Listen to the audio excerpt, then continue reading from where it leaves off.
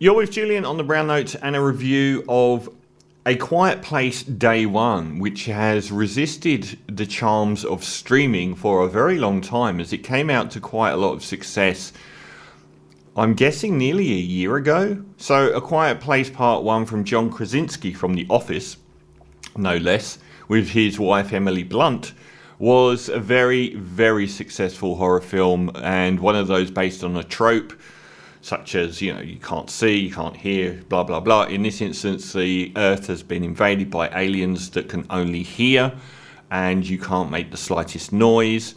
So that film was a very sort of tense thriller where they sort of navigated a post-apocalypse America in the rural part of America with their children, and one of them didn't come off so well.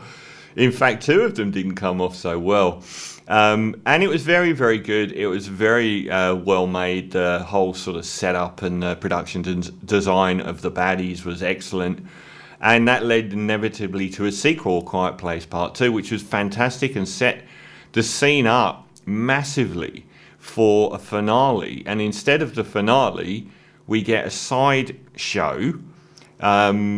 I've really got no idea why this film was made. So the director, Michael Sarnowski, I didn't see his debut. It's a short documentary, his debut called The Testimony, but his film in 2021, Pig, was a little while ago. I did an Age of Cage special, which was reviewing my favourite 10 sort of post-2007 Nicolas Cage films. I've gone on at length about how he is my Lord and Saviour, and Pig was number 3 in that list. Mandy was number 2, and Joe was number 1. And Pig was a fantastic film, and obviously he's a very strong director. I would say he's a very strong director here. What I would argue is that there is less reason for this film to exist than any I have ever seen.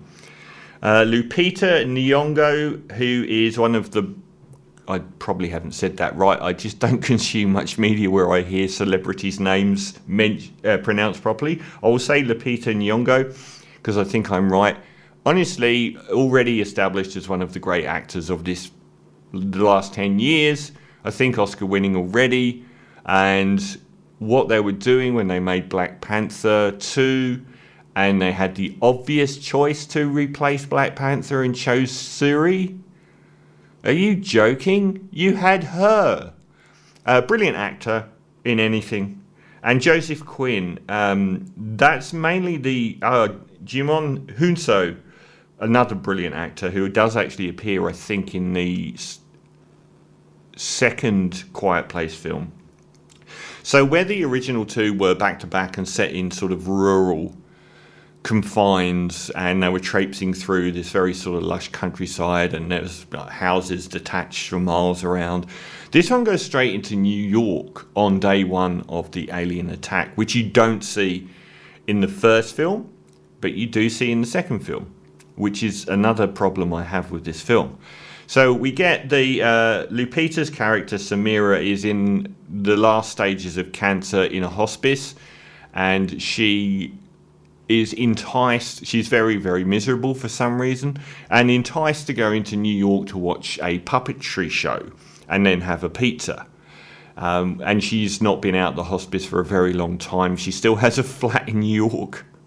In the modern era, every single time you see someone's living arrangements, you're like, how much is that? So you've got a massive flat in New York, you're not even living in it.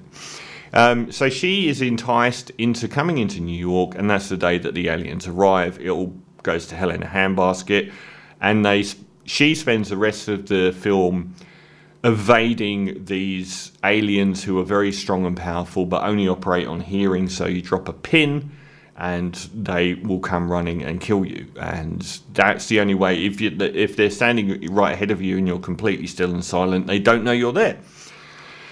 and it's all beautifully shot, and it's quite well written, and it's very well acted by Lupita and Joseph Quinn, who appears as an English banker who's lost in New York. He's got no family there, and he just starts following her like a lost puppy.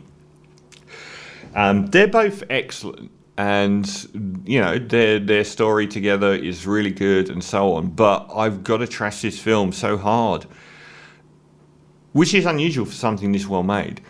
There is no purpose to this film existing. For instance, if you've got this far in the 2-film franchise of A Quiet Place and everyone's waiting for a third film, if you're going to go and do this day one stuff, you're going to have a completely different vibe and take than you would have on the very quiet opening one, where everything is still and people are walking along still all the time, and have a much more wide screen, the actual alien attack. You don't get that. You get it minimally, but you get it done in a way that most of the film, probably 80% of it, is them just sort of creeping along, and they could be anywhere. It's like the use of New York here. It felt like Cloverfield to me, with the sort of constantly following and switching the camera's view to things, which is all well and good, but I just don't understand why they would use one of the biggest metropolises in the world but not really use it, or not really change the shape of the film into having a much bigger scope than the others with regards to the attack. And they don't. And the other thing is, the opening sort of half hour of A Quiet Place 2 was day one. It was when the aliens attacked, and it wipes the floor with this film in doing day one. So they've already done it anyway. They've already done it, and they do this film in far too similar a style to the previous films. In fact, it's much more sedate and sort of introspective. There's a lot of really nice stuff about them sort of sitting around and talking about their feelings, but we've been down that road better in the previous 2 films. Why did you make this one?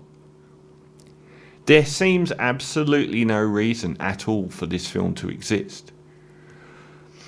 I thought, the lead pair were good. It got great reviews from critics, but it doesn't bring anything to the table at all. There's nothing here.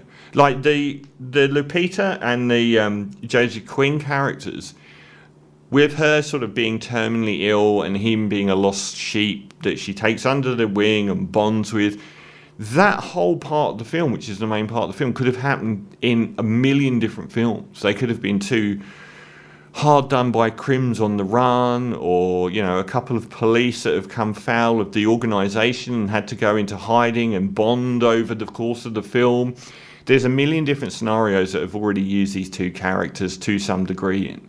There was just nothing here that was a reason. It's almost like the whole notion of the alien invasion was put very much on the back burner, and there was none of the threat or scares from the previous 2 films. The aliens here are far, far less interesting, less scary, and just don't really have any agency. You see more of them, but you see more of them in the distance, sort of galloping along to no end. It just is a really, really weird reason for a film, and unusually I'm going to give it a bad review.